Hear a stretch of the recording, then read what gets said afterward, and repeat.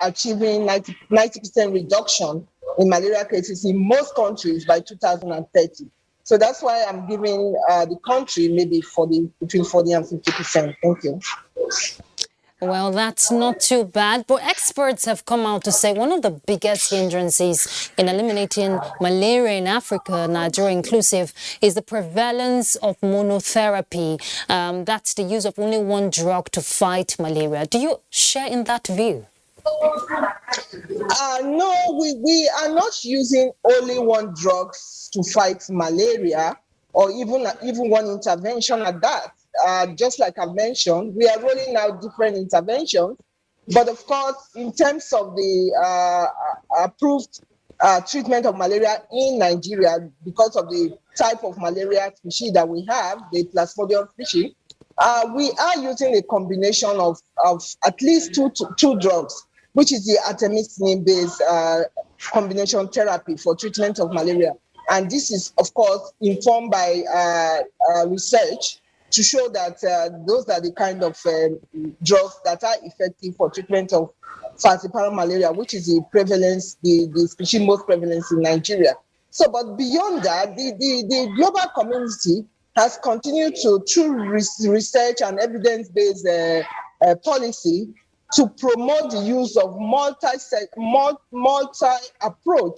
multi-pronged approach to fighting malaria, because one cap doesn't fit all. And you cannot do the same thing everywhere, because there are different factors that affect malaria transmission across different socioeconomic environment, environmental things, ecological, and so many other factors. So you really cannot fight malaria using a one-tone approach. So it has to be a multi-pronged approach, and that's exactly what Nigeria is doing as a country. When I say Nigeria, I mean the government of Nigeria, as well as our rollback malaria partners. Okay, but do we have a robust monitoring system, to study resistance of drugs and parasites? Do we have that? Yes, we do have a robust system. For instance, in our country, we do a yearly therapeutic efficacy study test, in which we test the ACTs that are deployed for malaria to make sure they are still effective. Just as we use that evidence to change from sulfadiazine, pyrimethamine, or even monotherapy to combination therapy. So we do roll out this therapeutic efficacy test every year, and that gives us information to ensure that the ACTs we are deploying nationally are still effective. Then in terms of insecticide resistance, of course, that's an emerging global issue for the malaria fight. And it's not just in Nigeria. So we are seeing that the vector, that is the mosquito, becoming more and more resistant to the insecticide that are being deployed, whether the nets that are being impregnated with the insecticides, or even the indoor residual spraying insecticide that are being used. More and more we see that the parasites are resistant. So we have a lot of sentinel sites in the country where we are also monitoring the effectiveness of the insecticide that are being deployed in the country. And so far, that has now informed our programmatic decision to use certain types of nets that are effective against those parasites. Where we see high resistance to the insecticide, we have changed strategy by not using the pyrethroid only net, for instance, but now using a PBO net and even the next generation net to make sure that the chemicals that are in those nets are effective. So we have sentinel sites across the country, in at least 2/3 of the country so far, with support of our partners, and we are continuously monitoring the entomological behavior of the vector. So make sure that the insecticides that we are deploying are effective.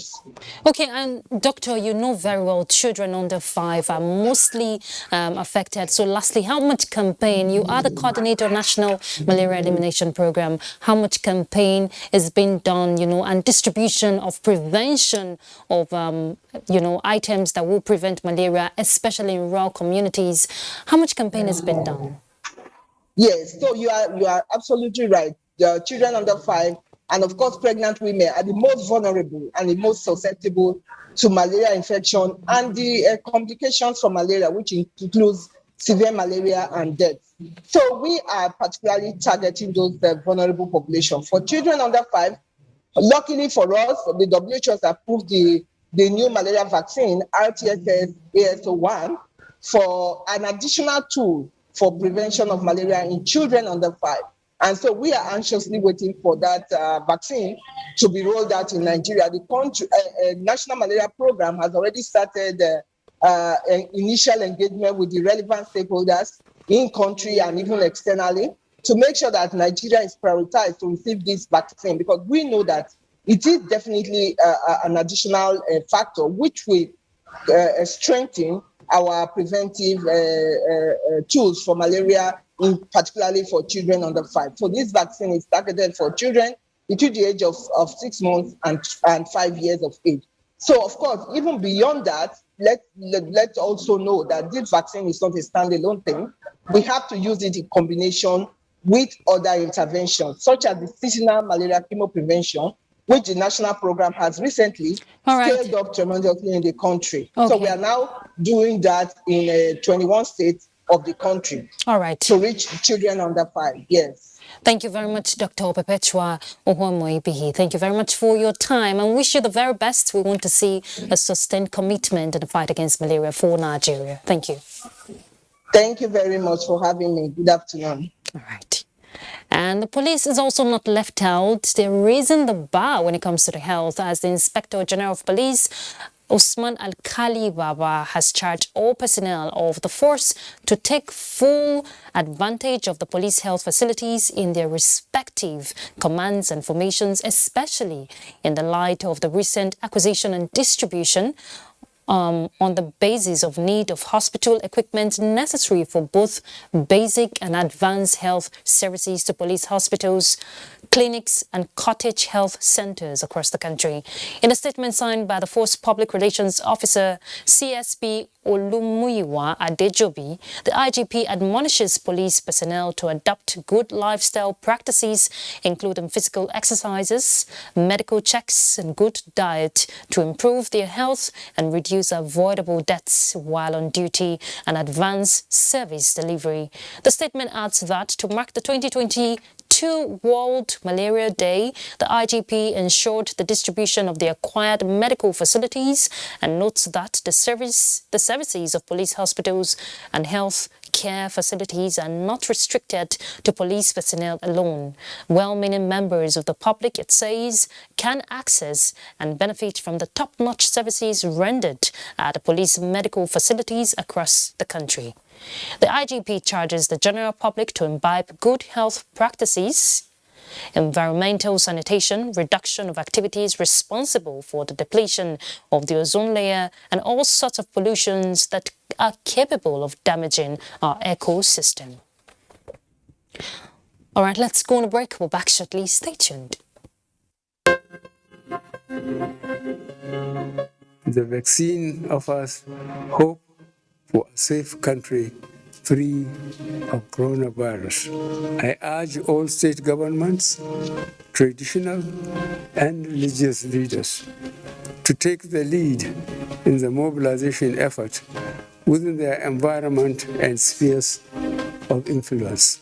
I similarly urge all eligible Nigerians to present themselves and be vaccinated in accordance with the order of priority already mapped out at the various authorized designated centers only.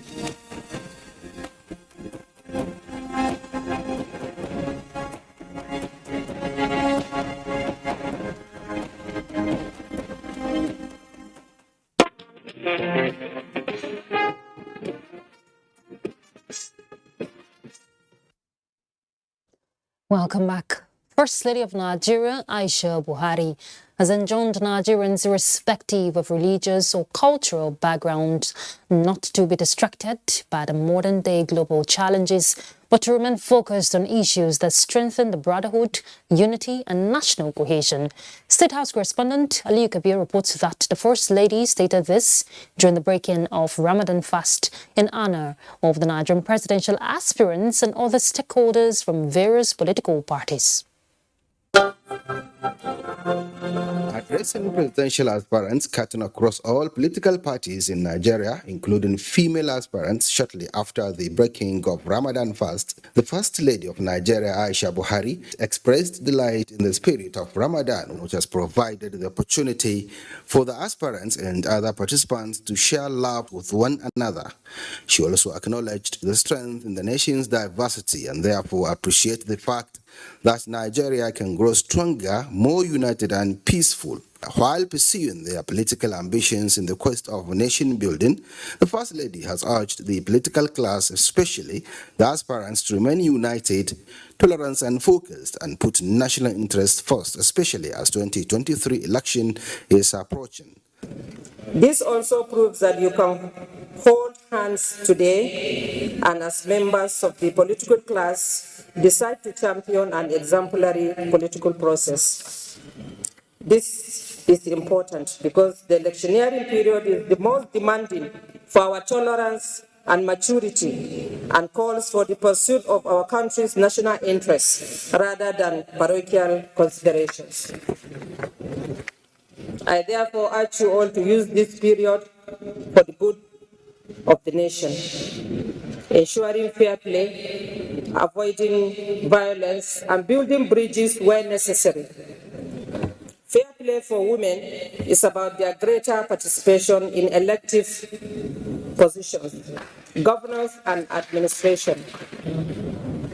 Another example that this gathering has afforded us to look at is the example of unity.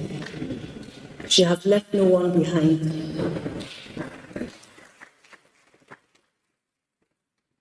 The women feel comfortable here, and so do the men. The presidential aspirants from all political parties, irrespective of party differences, reaffirmed their commitment to play politics without bitterness towards building a more united and stronger Nigeria. This is very symbolic and important as we strive to forge unity amongst our diverse people in this country. It is a lesson which should not be lost on any of us here. We are going out better Nigerians than what we are, irrespective of party division, irrespective of any differences, that will make sure we do our own game of politicking with humility, with mutual respect, with Nigeria in our mind, with the adage Nigeria first. I want to first of all commend you for the work you have been doing about affirmative action. Because affirmative action is bringing in the inclusion of women and also youth. While acknowledging the 2015 election as a watershed in the nation's political history, the First Lady is optimistic that the 2023 election is going to be another clean, violence-free and globally acknowledged fair election. From the State House, Aliyu Kabir, NTA News. In a continued gesture in the spirit of Ramadan of doing good to all, especially feeding the fasting Muslims, which reward equals to the person who fasted, an Islamic organization, Al-Habibia Islamic Society, has since the beginning of Ramadan been feeding thousands of Muslims at its Guzabe Jum'ah mosque premises in Abuja during iftar, the breaking of fast. The worshippers queue in an orderly manner to receive the food for iftar and sahur.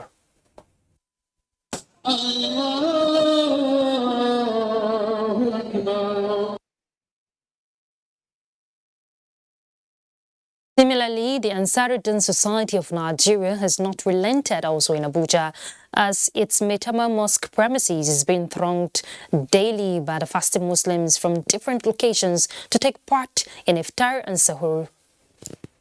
that has encouraged us, asked us to help other people in the spirit of Ramadan, which is the essence of you understanding what other people are passing through. And we know one thing: when food is out of one's problem, it's almost solved. It's passion. For me as an individual, I like to give particularly food anytime, anywhere that Allah gives me opportunity to do that. From the beginning of Ramadan to the end of Ramadan, this is what we do every year, because we know that there's no way everybody that doesn't have his family here may have enough food to eat. So we always encourage them to come here to take their iftar and take away their sahur. Well, approximately between 2,000 to 3,000, they come there every day. And spiritually, there's a reward for it, because Ali Tasawul Ihsan, Ilal Ihsan. There are a lot of people that are giving money, buying food and bring some other food to the mosques, assisting the society to do all this type of a thing. While Ansarudin Society began the feeding program more than 2 decades ago, Al-Hababiyya Islamic Society started in year 2004. In line with the federal government's economic sustainability plan towards moving the nation's economy from overdependence on oil, about 70 farmers in Bayelsa State have benefited from a capacity workshop on cocoa farming and marketing. Participants promise to embrace the opportunities in the non-oil sector to grow the nation's export earnings. Let's hear from Ebinimi Zetimiola. Nigeria had relied on agriculture and agricultural produce like cocoa, oil palm fruit and granite for our foreign exchange earnings. The prevailing uncertainties in the global oil market has necessitated the federal government's zero oil plan and predicated on massive production of selected non-oil products to grow the nation's gross domestic product. One of such products is cocoa, as Nigeria ranks 4th, covering about 6.5% share of global production. Thus, the capacity building workshop with the theme Resuscitation of Cocoa Produce and Its Development for Exports in Bayelsa State, organized by the Nigerian Export Promotion Council. Individuals are better off if communities are in a good knowledge, good stand in the production, in the adding of value in all the value chains of cocoa. Our output will increase, the quality will be enhanced. Participants were trained on improved techniques in cocoa farming, processing and packaging, as well as the complete value chain. Primarily is to encourage the prospective farmers that are interested in cocoa farming, because we discovered that there are enabling environments in the states that can enhance productivity here. I'm so happy to the organizers of this program that I am a part and parcel of it. Apart from the seedlings and the method of planting, to provide tools and other implements, pesticides, insecticides, to enable us to protect the cocoa. Stakeholders promised to partner the Nigerian Export Promotion Council in upscaling cocoa production in the country. We're giving all the attendees the seedlings to go out, but I'm hoping indeed that, as I said, more people will now come show an interest, and then we can start this in full throughout the state. The event featured the presentation of cocoa seedlings to the benefiting farmers. In Yenagua, Ebinimi Zetimiola, NTN News. That's Panorama. Thank you very much for your time. And NTA will continue to remind you that the fight against rape and rapists is still on. I'm Ruth Aguela. Bye.